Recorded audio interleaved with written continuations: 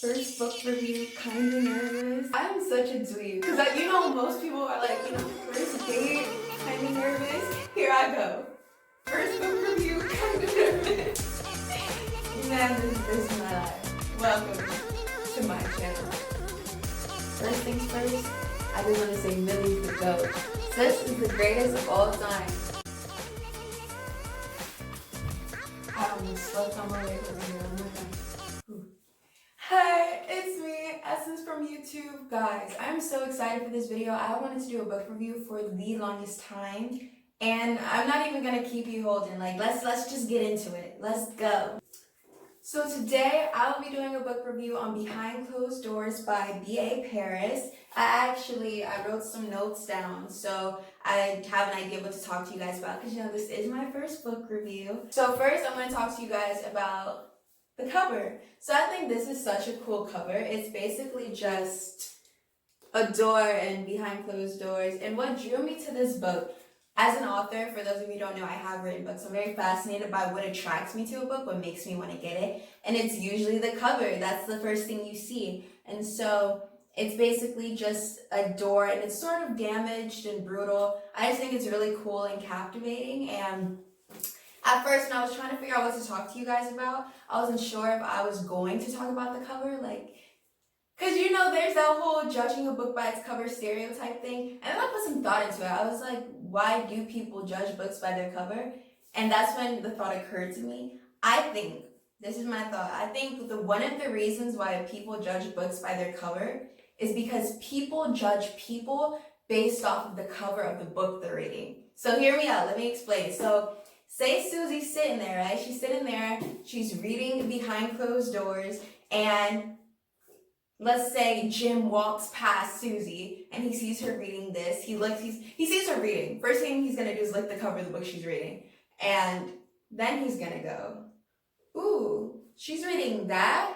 It's like a book recommending a person, oh my gosh, I read that book, I love that book, or that's such a fire cover, seems interesting, maybe I should go talk to Susie. So I don't know, maybe it's only my brain that works like that.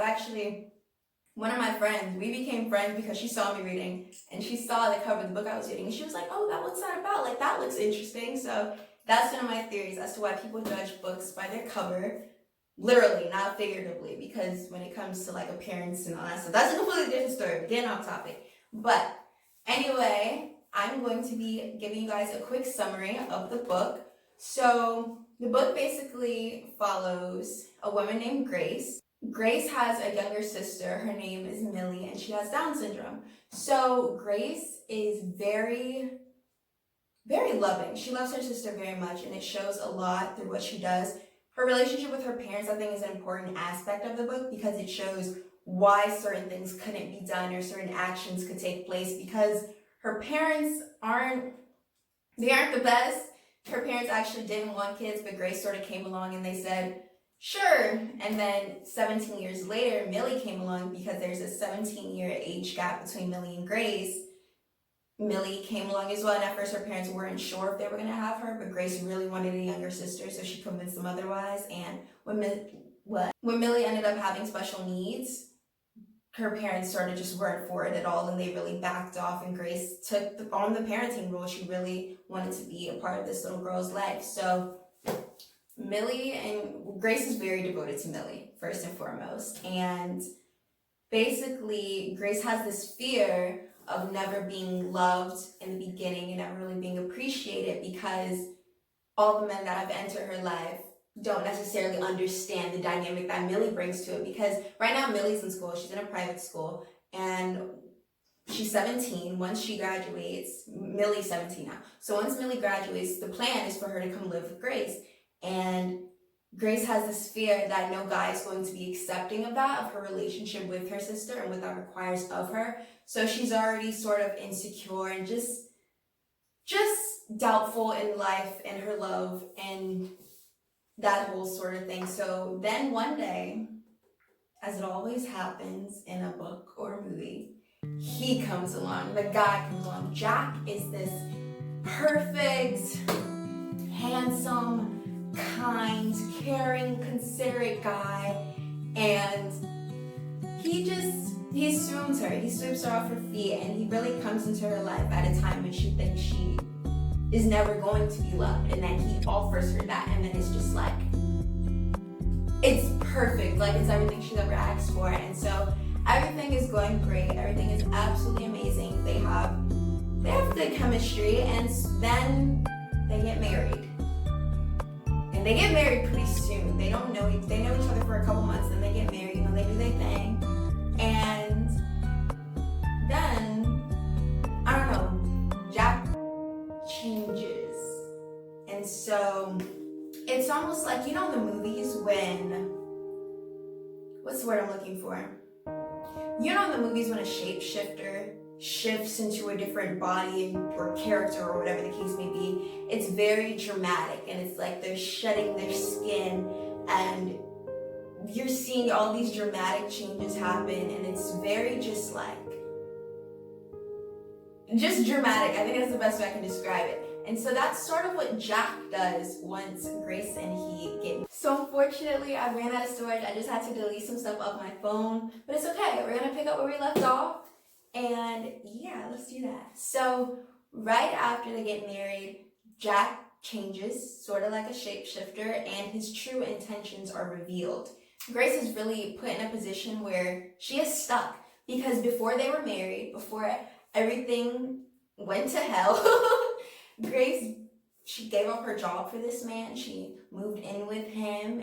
She trusted him to pay for her school, for her sister's school. So Millie attends a private school that they're there to assist her in her needs and everything, to make sure she's taken care of, and Jack pays for that. He funds for it now because Grace has become so dependent on him.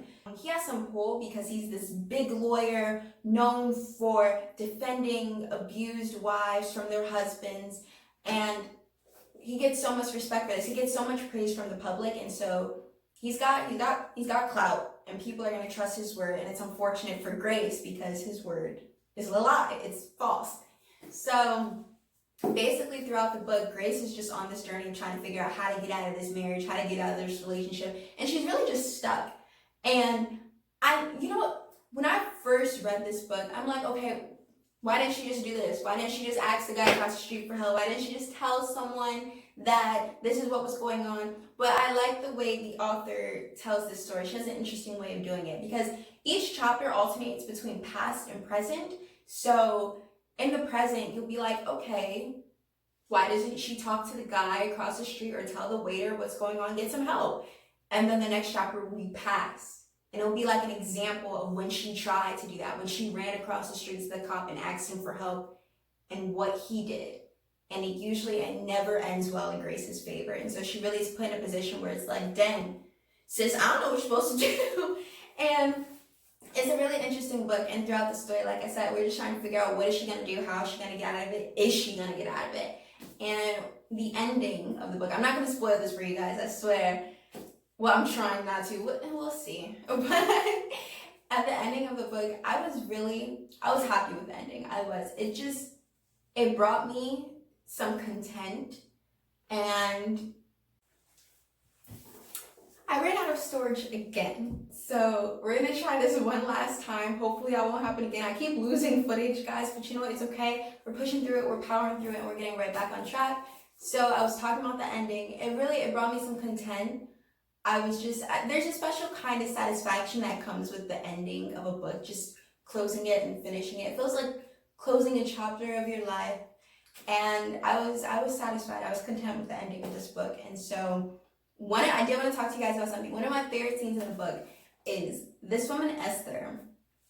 Right from the gate. Okay, so Esther is she's one of their friends. She is the wife of Jack's friend, who they work together in law. So right from the gate, from chapter 1, Esther is very suspicious. She's very skeptical of this relationship because it is so unrealistically perfect.